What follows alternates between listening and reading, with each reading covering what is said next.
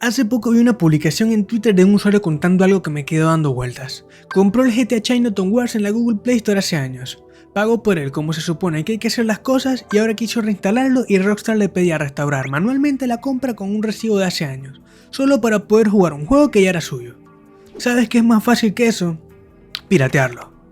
Y no es un caso aislado. Hace poco quise jugar al Need for Speed Most Wanted en Android, el mismo que jugaba pirata hace muchísimos años, y esta vez quería hacer las cosas bien. Fue a la Play Store y el juego no me aparecía. Busqué el porqué y la respuesta fue bastante simple. Mi teléfono ya no es compatible. Entonces no lo puedo piratear de forma segura y Android ya no me dejan instalarlo. No me dejan comprarlo y directamente ya no es compatible con mi teléfono. 3 puertas cerradas al mismo tiempo para el mismo juego. Cuando hablamos de preservación de videojuegos, pensamos primero en Sony cerrando tiendas digitales de la PlayStation 3 o en la tienda de la Wii o la 3DS. Pero hay un rincón de la industria donde la preservación no es que esté mal, es que directamente no existe. Y es casualmente el rincón que más dinero genera de todos. El gaming móvil. Antes de que existiera Android, existía Java. De todos los teléfonos que me quedaban cuando en mi casa alguien cambiaba de celular, el que más cariño le tengo es a un LG KP570.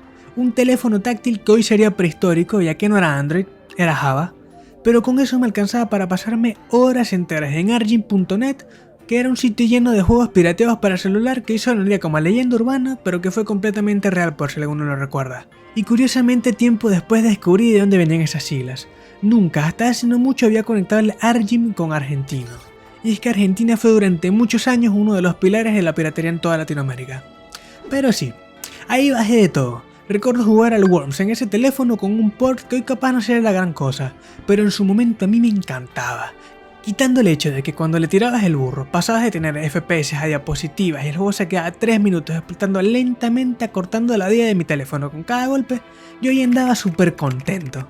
También jugué al Need for Speed Carbono con gráficos 3D que hoy serían tremenda cagada, pero verlo correr en mi celular era una barbaridad para ese momento. Y si vamos un poquito más atrás, recuerdo jugar al Nokia Soccer League, que era el jueguito de fútbol que venía con los Nokias viejos. Recuerdo que le choreaba el teléfono a mi abuela cuando era un carajito para poder echarme unas partidas a ese FIFA prehistórico, así sea por un ratito. Así que con todo esto dicho, más que ser solo recuerdos nostálgicos, este fue el punto de partida necesario para entender lo que viene. El gaming mobile arrancó siendo modesto y muy sencillo, y con eso alcanzó para maravillarnos. Pero con el salto a los smartphones algo cambió. De golpe un celular podía correr algo que se sentía como una consola de verdad, y ahí aparece el nombre que va a ser crucial en esta historia: Gameloft. Fundada en 1999 por Michel Guillemot, curiosamente uno de los hermanos fundadores de Ubisoft, Gameloft fue quien demostró que se podía tener calidad de consola en un bolsillo. Nova, Modern Combat, Asphalt. Cuando salió Fallout 8 parecía un juego de consola corriendo en tu mano. El hype que generaba Gameloft en esa época era real, no era nada exagerado. El modelo además tenía sentido. Pagabas una vez por la versión completa y sin anuncios, y si no tenías plata jugabas la versión con publicidad que ni siquiera era invasiva y accedías al juego completo igualmente. Nadie te robaba la experiencia por no pagar. Pero acá está la ironía que sostiene todo este video. La misma empresa que te maravillaba también fue acusada constantemente de clonar sin miedo al éxito los juegos grandes que deseas mirar.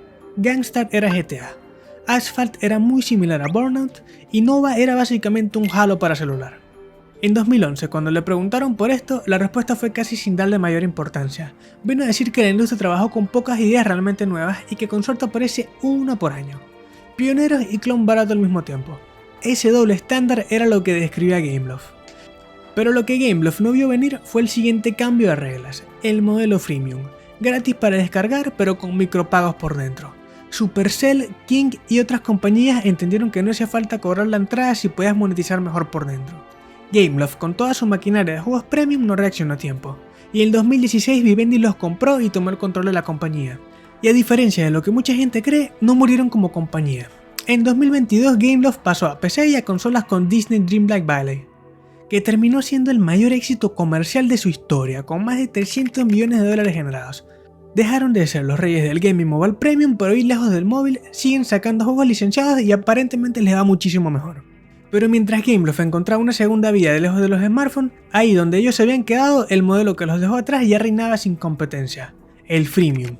Y el freemium no es en sí mismo el villano, ya que FIFA 14 en su versión mobile llegó a ser freemium sin sentirse depredador. Para mí personalmente era espectacular, y a día de hoy sigue siendo uno de los más queridos por la gente que lo jugó. Y sorprendentemente este juego es de Electronic Arts. Era la viva prueba de que el modelo podía funcionar sin exprimir a nadie. El problema en sí nunca fue el freemium, fue lo que hicieron con él después. Yo jugué muchísimo al Clash of Clans y al Clash Royale. Llegué a tener un muy buen nivel, más que todo en Clash Royale ya que lo jugaba todos los días. Pero aún recuerdo que en Clash of Clans para mejorar un murito tenía que grindear como un perro o esperar 2 semanas reales si no quería pagar para subir una sola torre. O el fastidio que era esperar para abrir un cofre en Clash Royale. Esto se volvió en parte del diseño del juego, hacerte pagar para que pudieras tener una buena experiencia. Y hace unos meses lo volví a instalar después de mucho tiempo. Un par de partidas me alcanzaron para entender que ahora existen cartas con evoluciones, que ya no son mera cuestión de nivel o algo que consigues simplemente jugando a ritmo normal. La única forma real de tenerlas es comprarlas con dinero real o jugar cerca de 3 meses grindando el pase gratis como un perro por una sola carta. Hagan la cuenta si quieren subir más de una. Me dio asco el estado en el que está y lo dejé otra vez, a pesar de ser un juego al que le dediqué muchísimo tiempo en algún punto. Hoy la Play Store es Candy Crush, Monopoly Go y un catálogo entero construido sobre la misma lógica.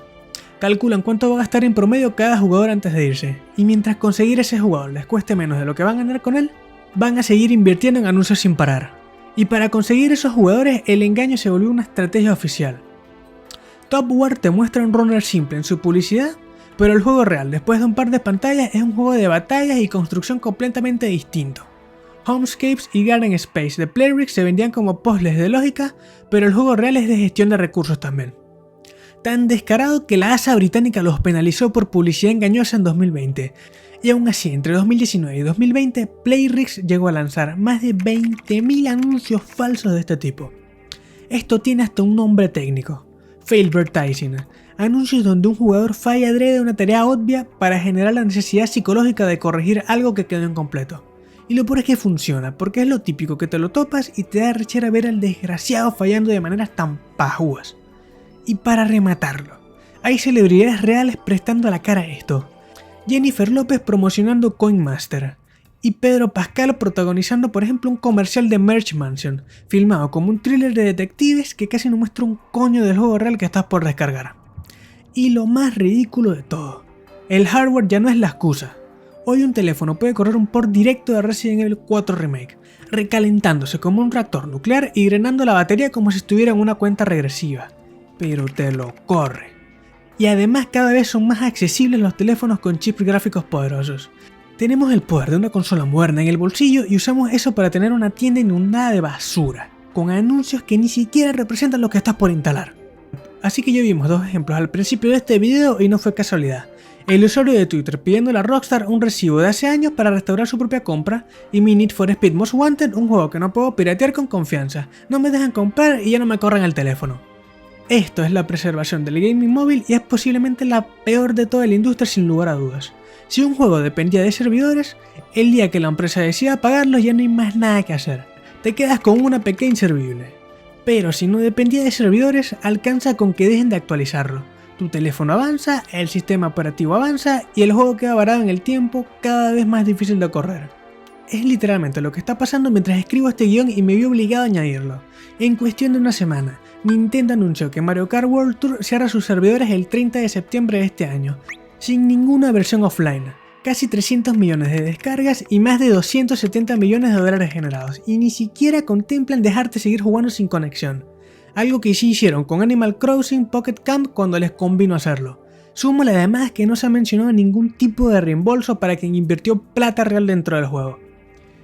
Y el día anterior Square Enix anunció el cierre de Final Fantasy VII Ever Crisis para principios de octubre, con reembolsos pero solamente para jugadores de Taiwán. Coño, muchas gracias. El resto del mundo a dormir sin sueño.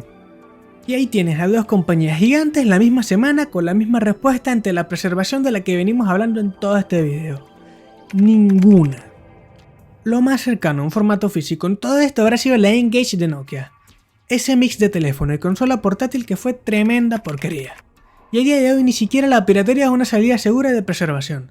El primer sitio que encuentras con el APK que buscas puede tener malware adentro y en un par de minutos ya están robándote datos.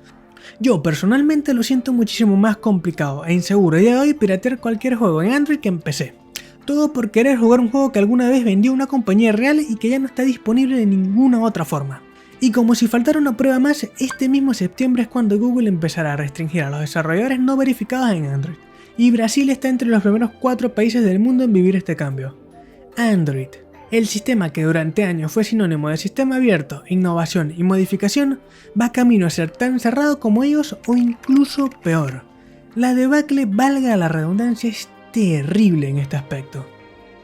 Pareciera mentira si te lo dijeran 10 años atrás, pero todo el hype del gaming mobile nunca terminó de materializarse en ser el heredero de las consolas portátiles que la industria nos quiso vender durante tantos años.